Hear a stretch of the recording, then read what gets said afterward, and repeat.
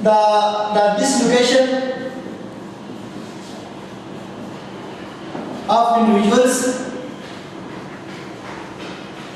or the households,